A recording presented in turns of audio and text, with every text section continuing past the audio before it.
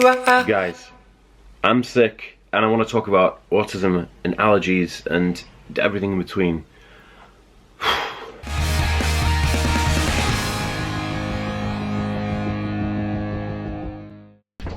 Okay guys, so today I want to talk about autism and allergies and if they're related, because like there's a huge question, huge thing. Oh, it's stuffy in here. I'm gonna put this fan on. Wait, it's gonna be too noisy.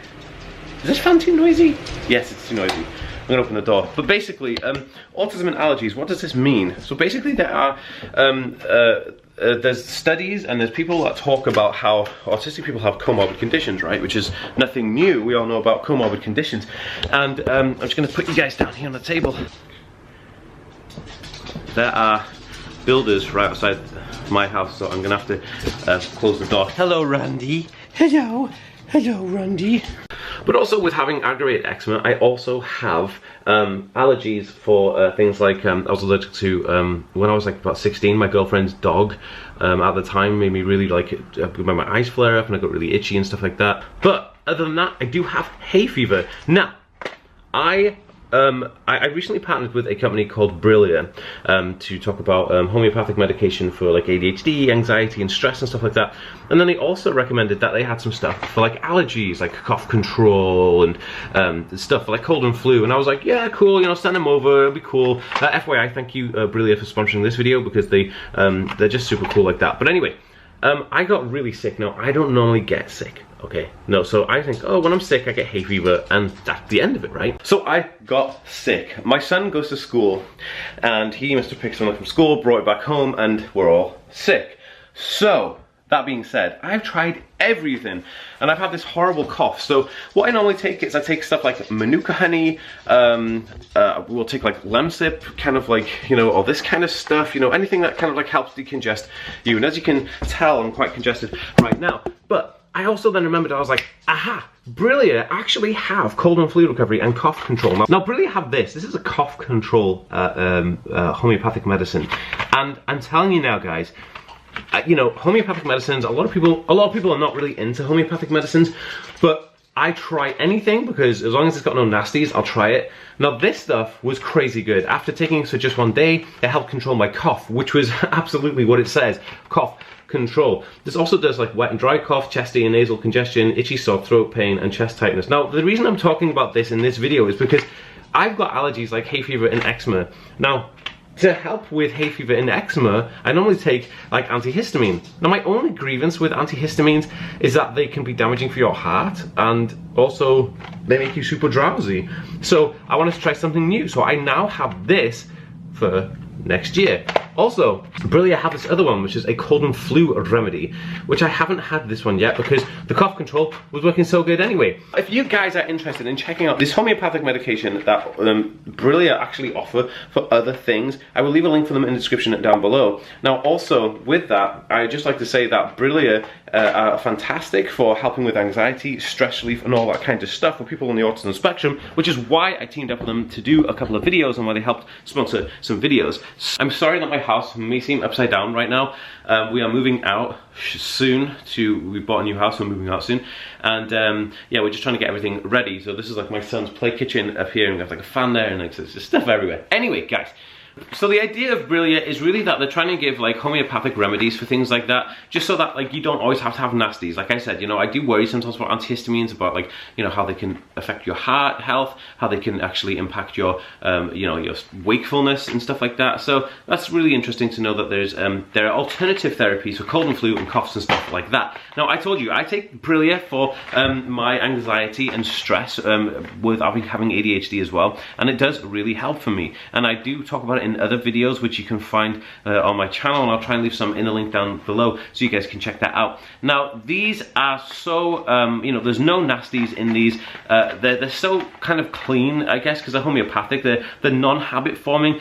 You know, you take them just pop them in your mouth and then they go. There's no harmful side effects. But I would also consult with your doctor before taking anything new, because if you are going to take something that is a medication or anything that you're going to orally ingest, it's obviously this is that has no drug interaction, so it's not going to like interfere with any other drugs you have. But just check with your doctor anyway. It's always worth it.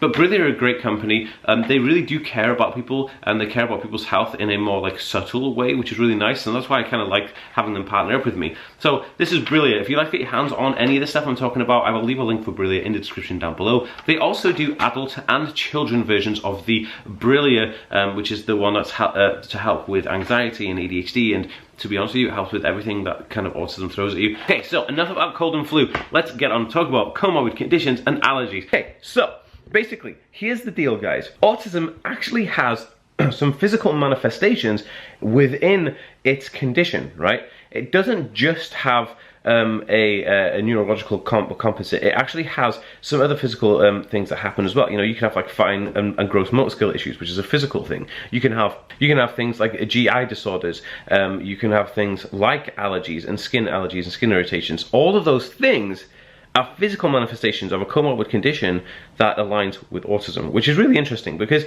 like, is there a relationship between autism and allergies? Well, yes, 100%, because autism actually encompasses a bunch of things. That's how a diagnosis is formed. You know, it's not just, oh, autism. It's like autism with XYZ, you know. There's a bunch of different things within an autism diagnosis which actually characterizes an individual diagnosis for somebody on the autism spectrum. Like, I think I have to make some tea. Whew, my throat is killing me today. I've got quite a sore throat, so I'm going to take one of these. I'm going to take one of these cold cough control ones from Brillia. Start them again today because, you know, you take them every day, but I'm taking them in the mornings. So I'm going to pop one in now and then make some tea.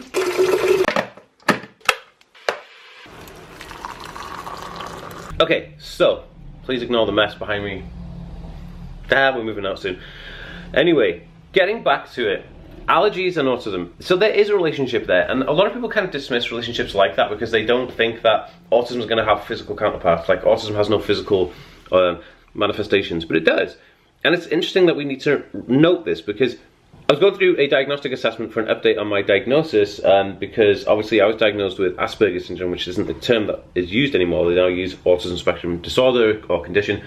So I was getting an updated, more in-depth, detailed version because I wanted to have more detail about my condition, which is going to be out soon, so don't worry about that. But the most interesting thing about this was that when I mentioned that I had aggravated eczema, the clinical diagnostic practitioner was saying that yes, you know, this is a common thing, it's a common thread. So when you're thinking about autism, you're not just thinking about, oh, you know, it affects somebody's learning abilities or communication abilities or anything like that. It also affects, you know, their skin. It could affect their gut. It could affect all kinds of things. So when people say that autistic people have a difficult time being in the world because of all this like input, they're getting input and issues, you know, across the board. Their body is reacting differently to the world as well, you know, in a slightly different way. I'm not saying that just autistic people have eczema, but there is a link there, and it's a strong link. So that is something that I wanted to talk about. I just wanted to get it like out there because I never really spoke about allergies and autism before. Other than that, I think the weirdest thing I've had is alopecia as well, where your hair falls out. Luckily, mine grew back. I took like vitamins and things like that, and my hair did grow back, which I'm really thankful for. But it did happen, and I was thinking that like alopecia and autism, because obviously it's stress related, can be quite common also. I would love to know your thoughts. Pop me a comment down below. Let me know how you, you know, how you feel about it. Let me know if you guys have any comorbid conditions, and I'll see you guys in the next video. Peace.